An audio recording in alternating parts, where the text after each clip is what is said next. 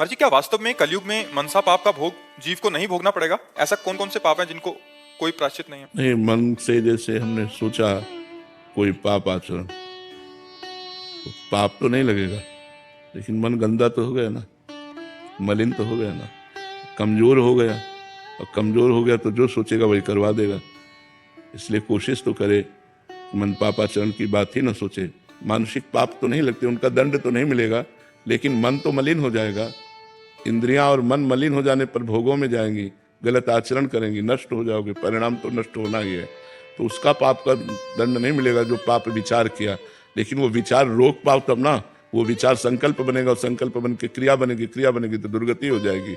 इसलिए पापाचरण का चिंतन ही ना हो, भगवान का चिंतन हो। इसलिए राधा राधा रटो, समय मत दो मन को गंदी बात सोचने का, नहीं तो सोच करके ही केवल नहीं रह जाएगा, वो क्रिया में उतार देगा।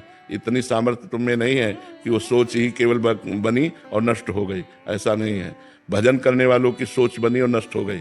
भजन नहीं है तो सोच बनी, वो आगे चलकर संकल्प बनाएगा, फिर क्रिया होगी, फिर नष्ट हो जाओगे। जी कह रहे हैं कि कोई कोई ऐसे पाप भी हैं जिनका कोई प्रायश्चित नहीं है? नहीं, क्रिया में तो अगर ऐसे भी किया तो उसका भी हिसाब है। ऐसे क्यों किया? जैसी थनिवंश नरक गति दुर्भर यम द्वारे कटियत नख छीके, छीक दिया तो उसका भी हिसाब है। बुरी भावना से छीकाई, स्वाभाविक छीकाई या कैसे? हर एक क्रिया का परिणाम है, ऐसा नहीं है। हर एक क्रिया का परिणाम, ऐसे कोई पाप नहीं कि तुम पाप करो उनका कोई फल नहीं है, ऐसा नहीं है। उसका कोई प्रायश्चित करना हो तो? हाँ, प्रायश्चित है ऋषियों ने। अगर रोग है तो डॉक्टरों है ना, दवा है ना। तो ऐसे अगर पाप है तो उसका प्रायश्चित भी है। पर पाप किया और प्रायश्चित कर लिया, और पाप किया फिर प्रायश्चित कर लिया, तो प्रायश्चित फेल हो जाएगा, आपको भोगना पड़ेगा दंड। क्योंकि प्रायश्चित इसके लिए कि आज सत्संग में सुना आपने कि मनुष्य जीवन का परम लाभ भगवान की प्राप्ति है, पाप नहीं करना चाहिए। अब डर लगा, हमसे तो बहुत पाप हो गए, अब क्या करें? तो उसके लिए प्रायश्चित है। नाम संकीर्तन करो, भगवान की कथा सुनो, दूसरों का परोपकार करो, गंगा यमुना आदि पवित्र नदियों का अवगाहन करो, तीर्थों में जाके मंत्रानुष्ठान करो, नाम कीर्तन करो। इनके द्वारा पाप नष्ट हो जाते हैं। पर तब जब आगे ना करो, तब और आगे करोगे तो पीछे के प्लस हो जाएंगे। आज से पाप नहीं करूंगा, अब लो नशानी अब ना नशे लो, आज तक तो गलती की, अब नहीं करूंगा, उसके लिए प्रायश्चित है। मनमानी पापाचरण करने वालों को कोई प्रायश्चित काम नहीं करता। आपको दवा दी जा रही, परहेज ना करो, और खूब मनमानी परहेज बिगाड़ लो तो दवा क्या करेगी? तो दवा है भगवान की नाम, औषधि है भवरोग की अचूक। लेकिन पापाचरण करो, परहेज बिगाड़ लो तो आपकी दुर्गति तो हो जाएगी, नाम जपते हुए भी दुर्गति हो जाएगी।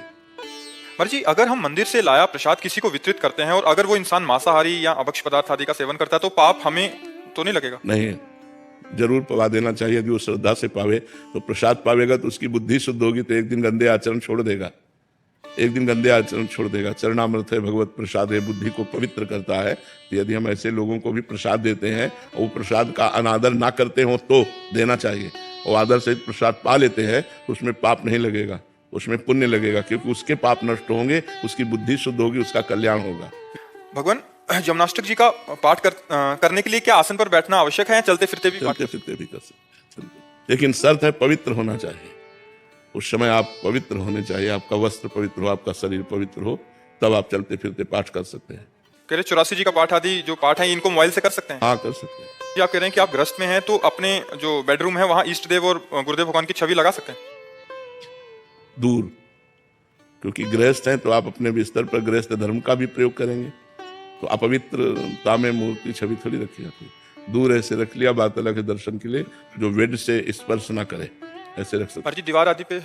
हाँ, दूर दूर, जो बिस्तर का स्पर्श ना करते हो, दूर। ऐसे नहीं कि अपने बेड में ही। जब आप गृहस्थी का धर्म का प्रयोग करेंगे गृहस्थ में, तो फिर पवित्रता की जरूरत है। फिर